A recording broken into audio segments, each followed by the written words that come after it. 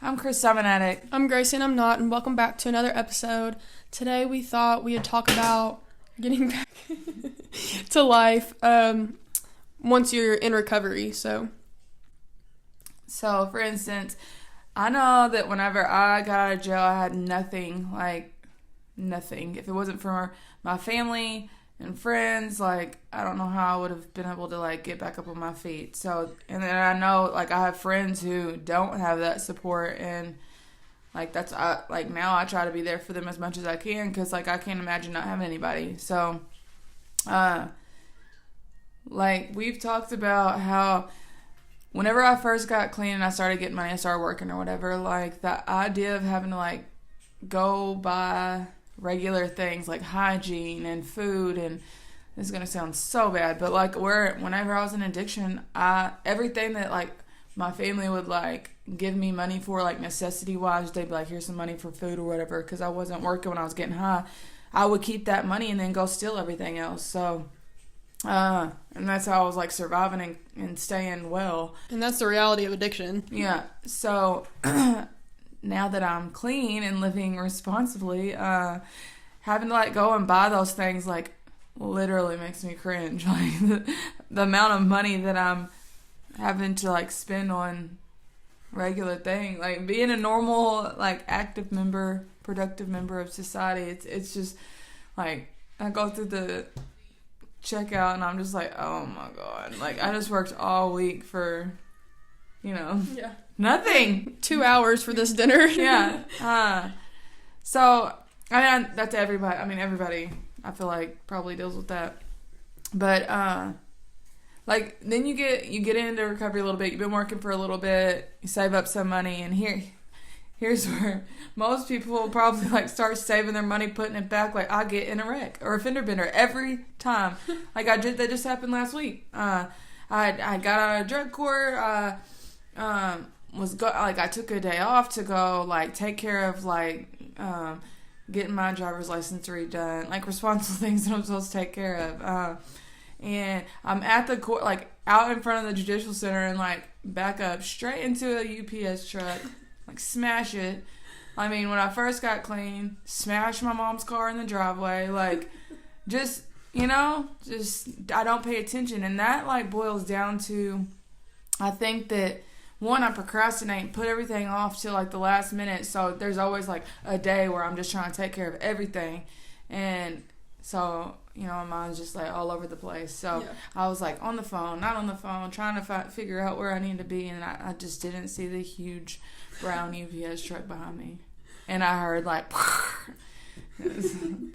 ching ching ching ching. So yeah, that's real life, And I know, I'm going to sound super spoiled when I say this, but it just is what it is. Whenever I was getting high, my mom, took care of all that stuff, my insurance and, getting the, making sure my school loans were taken care of, making sure that I go, she might be you have to go here and this and this and this, just enabled me big time. So I'm having to relearn everything. That's a huge thing. As an adult, things that I should already know that were put off because of addiction, I'm having to relearn. And it's very stressful. Sometimes I call you and you know how to do, all this stuff. I'm this is not okay. I go through that too, though. I'm in college. So. But you're 20, so you should be going through that. But I understand your pain. The same thing with, going to the grocery store. This year, my parents give me an allowance for groceries, and I go to the grocery store and spend almost $100 a week, and I'm it hurts me. I know you're giving me this money for groceries, but, it's really hurting me to spend $100 on groceries a week. But that's real life. And the thing is, my job that I have right now, I make enough that I don't qualify for, assistance. So here's where, I don't get angry at, my past self, because here's what I used to do, and I'm just going to be real honest. Help that you might get through food. In the past, when I got that help, I would, in order to justify, my behavior while I was getting high, I would go, steal a bunch of food and then make money off of the assistance that I did get. You know what I mean? So in my mind, in my sick mind, twisted mind, like I thought, well, my kids are still eating. Like we're all still fed, so I'm not doing anything wrong. But really, I mean, I was. Yeah. But now it's kind of like I hear people like at work doing that and selling stuff and it makes me sick because here I am like struggling. Sometimes I feel like it's like bad juju coming back at me for doing that. But you know, here's my ultimate thing. Like I have never had to go without because I do have, like, I pray about things and like, I mean, my higher power always shows up. So things just kind of work out. They did not work out when I was getting high. I always hit a wall.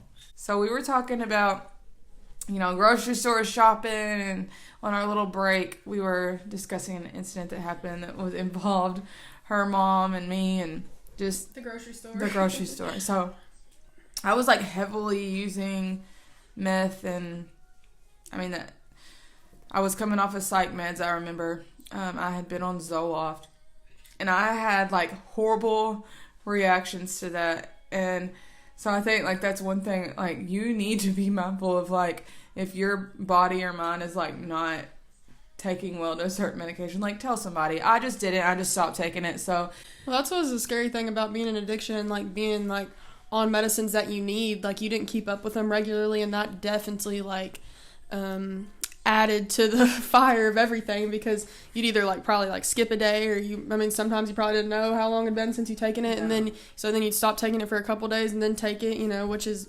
terrible. I'd be nuts. And I would do like crazy stuff. And I remember I had just started like going to therapy and like discussing like it seems like I had talked about it with my therapist one time, like it seemed like every time that we would start to talk about something that was like traumatic from my past, like I would completely, like I wouldn't call her for a couple of days, and then she said she would end up here, and then I would do something crazy, and it was just like those were like cycles that I stayed in. But anyway, so I had been up for God knows how long, but I went into the grocery store. I didn't have no kind of money, or I don't even know. I probably did. I don't know. Probably had enough money for drugs and not for what I needed to go in there for. So I went in there, and I ended up like eating food in the middle of the store, like with my hands, just eating food.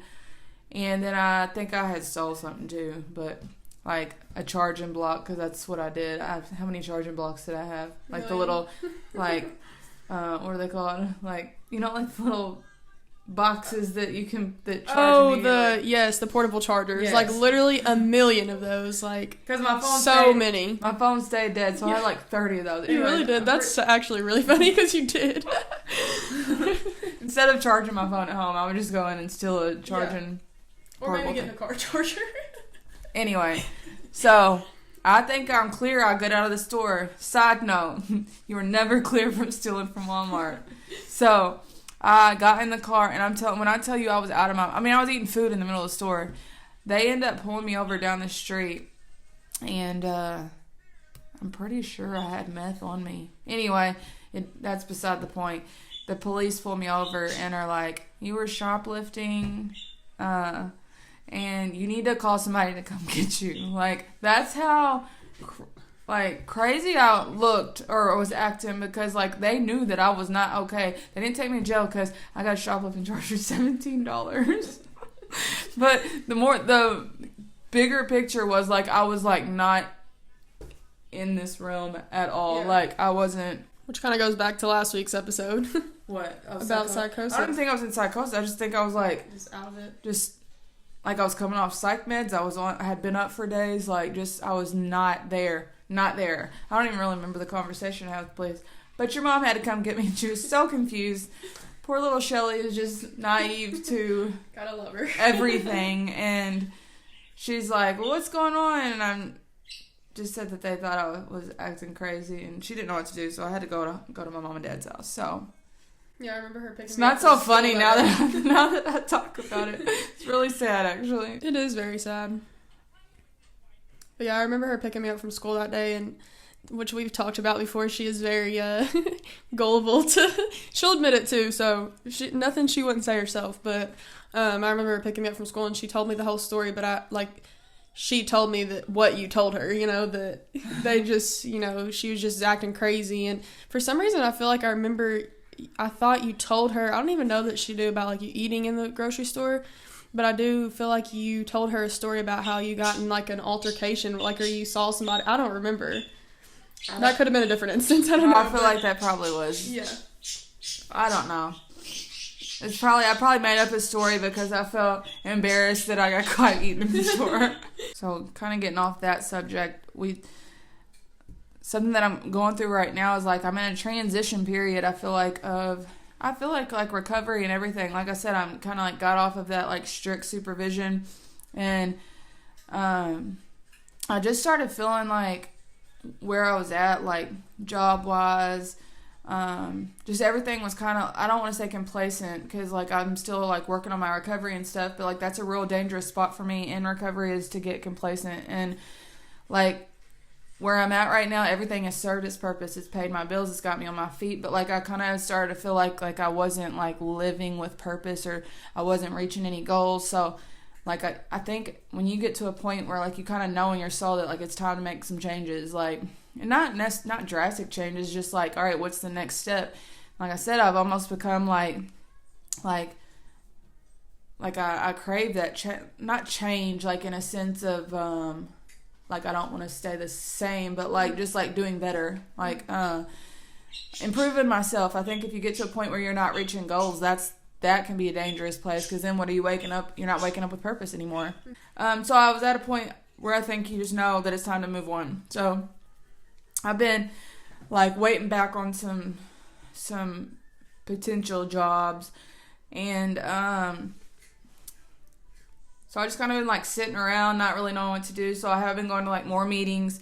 And, before when I was in recovery, like, I never took on, like, sponsees or kind of I didn't really give back. I would say I was giving back in, like, other ways, like volunteering or, like, I was working for, different nonprofits that did, like, fundraising events and stuff and like that. But what I have learned this time around is, like, in recovery, giving back. Like, I have a couple people I'm sponsoring. And so, like, it's just how the program works. Like, they'll call me, and it'll be days that I'm like, it just works out. But they don't even realize how much they, like, help me. So, like, I'll be, like, all up in my head, and they'll call and need some help, and it makes me, like, get out of my head. So, that's really, like, the importance of that in recovery and working a program is huge. Like, like, when you get enough time, like I pick them up sometimes, we go to meetings, and it's just, like they're like, you help me so much, but they don't even realize how much they're helping me. This is a very jumpy episode. We're just jumping into a bunch of topics, but what are we going to talk about next? We literally just talked about, like, impulsiveness. So I struggle with that a lot, and I don't know if that's, like, my addictive personality or if it's, I think at times I do, too. Like, it's part of it's, too, like, even, like, when I'm at school and stuff, like, if I have something in my head I want to do it right then. Like, if it can just pop in my head, and it's, like, right now, go do that. Like, for instance, when I called you yesterday, like, I do not like sitting still. Yeah. Like, on the weekends are really, I don't want to say dangerous, but I just don't like, I get just, like, so uneasy. Like, I drove to Evansville and literally drove around for I don't even know how long because I didn't know what to do. Like, and I ended up going to a meeting later that night, but, like, I don't like not having a schedule. Anyway, I ended up not doing anything and then went and played video games with my kids at my mom's house. So, but, like, just impulsive. I probably would have went and spent $200 on doing something. Like, just, Lord, everything's expensive. Going back to that, like, I mean, I can't even take my kids to the movies without spending over $100, which, I mean, that's why I have realized that, like, we do spend money to, like, let's make memories rather. And then, sometimes we do stuff that don't cost any money, like playing video games. They were so excited for that. But impulsiveness, yes. So, yeah, I'll go to the store for, like, lettuce and come out with, like, clothes and And I think that's just because I've never had money to spend. Like, I can relate to that too. Like, I'm home for Thanksgiving break, and it's like at college, my life is so go and constant and busy, and I'm always doing something, or I have something to do. Like, even if it's just sit there and I have homework to do or study, or I'm surrounded by people constantly. Like, I have 3 roommates, so there's always somebody to talk to. And like this week I come home and I've been so bored. Like, I have nothing to do, and it's like, I don't know what that feels like to like live like calm and just relax. And like all of my roommates, like, we've been texting each other. We were gonna hang out one night and do this and that, because like we're just so used to the constant go, and you know, we miss each other after a couple days. But yeah, I think that, I mean, that's just we live in a fast-paced world right now anyway. So I try to like embrace that calmness, but I don't like it. It's unnatural to me. Yeah, me too. So this episode is kind of all over the place, but we're kind of getting to the point where we're stuck with ideas, so we always appreciate any ideas or topics. I feel like we've said this a million times, but like to us, this stuff is so like normal to us, like stuff that happened, or like things like big topics to talk about are normal for us, so it's hard to pick out and pinpoint things to talk about. So if anybody has anything that they want us to talk about, you can, I mean, if you don't want to like comment it, you can message us. But yeah, and we also, I think when I come home for Christmas break, we definitely want to look into having guests and stuff and doing that. So if anybody is interested in that, please let us know. But this is a little shorter, but it is what it is. Keep coming back. Keep coming back.